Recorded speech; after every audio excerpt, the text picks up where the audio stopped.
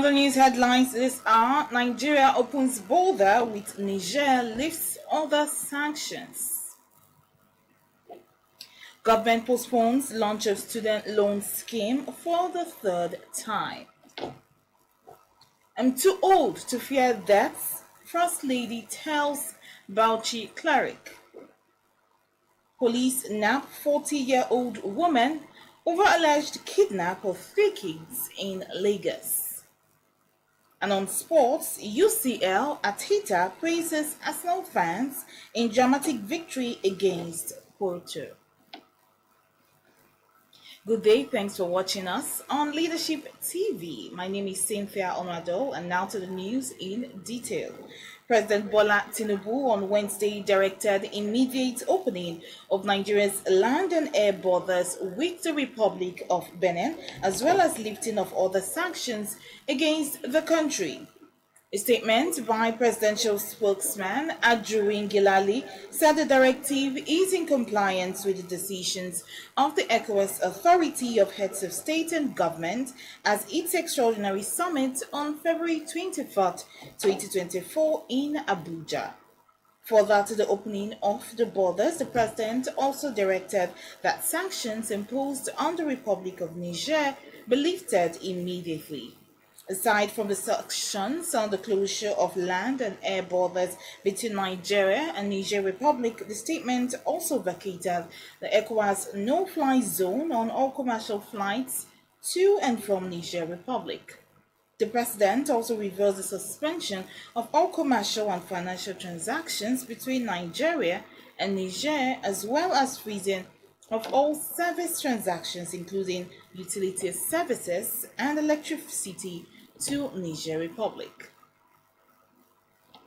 The federal government has postponed the launch of the much anticipated Nigeria Student Loan Scheme indefinitely. The Executive Secretary of the Nigerian Education Loan Fund, Akintunde Sawyer, disclosed this during an interview with Arise News monitored by a correspondent on Tuesday. It will be recalled that in June 2023, President Bola Tinubu signed a bill to start a student loan fund that would give interest-free loans to Nigerians for higher education and those engaged in vocational skills development.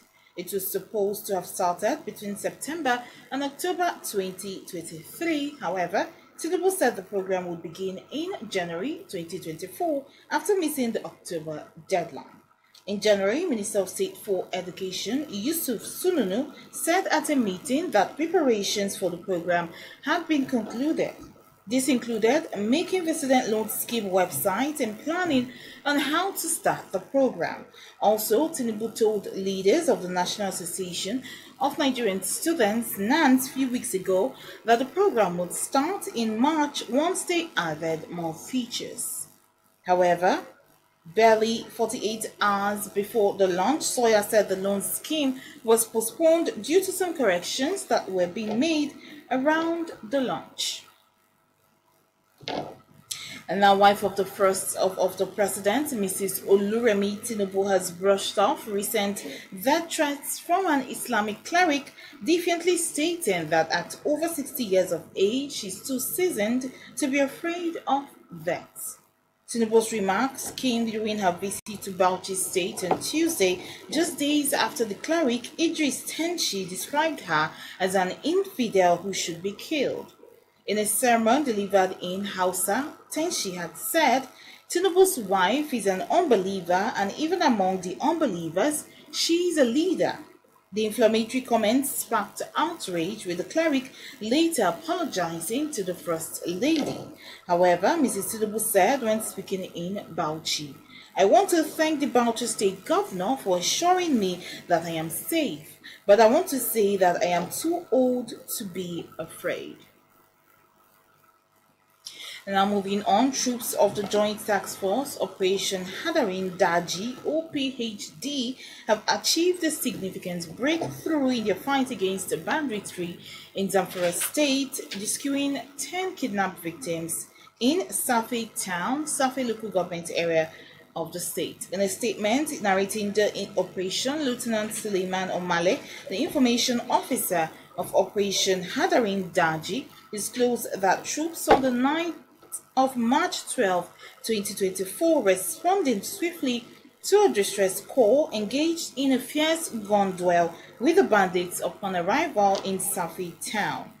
He further elaborated on the aftermath of the operation, saying that during subsequent mop-up patrols in the area, the resilient troops intercepted and successfully rescued all the 10 victims and reunited them with their families. The Independent Corrupt Practices and Other Related Offences Commission (ICPC) has objected a motion seeking the release of Professor Cyril Indifon and Barrister Sonny Anyawu's telephones to the National Computer Forensic Laboratory. The objection of the agency to the request was disclosed in a statement signed by the ICPC spokesperson, Mrs. Azuka Ogugwa Ndifon, a suspended dean of the Faculty of Law at the University of Calabar, and Barrister Anyanwu are both standing trial before Justice James Omotosho on charges of alleged sexual misconduct and attempt to pervert justice in violation of various sections of the Corrupt Practices and Other Related Offences Act 2000 and the Penal Code of the Federal Capital Territory, Abuja, 2006. And now the Lagos State Police Command has apprehended a 40-year-old woman for allegedly abducting 3 children in the Ijegun area of Lagos. The arrest came swiftly after a distress call was made by the headmaster of a local school reporting the abduction of students from the school premises. According to reports, the perpetrators strategically positioned motorcycles near the school, awaiting their accomplices who ventured inside the school to execute their plan. Confirming the incident in a telephone conversation with Channels Television on Tuesday, Lagos Police Public Relations Officer SP Benjamin Hundeyin said the culprits were given a hot chase and one of the suspects was arrested while the children were rescued. And now finally, let's take some sports news. Mikel Arteta has heaped praises for Arsenal fans for their input in this team's dramatic penalty shootout over Porto in round of 16 of the UEFA Champions League Tuesday night. Leandro Trossard's first half strike, brilliantly assisted by Martin Odegaard, leveled up the last 16 tie to 1-1 on aggregate, but the hosts could not find a second vital goal. Chances were few and far between, which ultimately paved the way for goalkeeper David Raya to play the heroic role as he saved spot kicks from Wendell and Galeno to secure his spot in the quarter-finals. Arsenal will now be part of Friday's quarter-final draw alongside the likes of Manchester City, Real Madrid and Bayern Munich.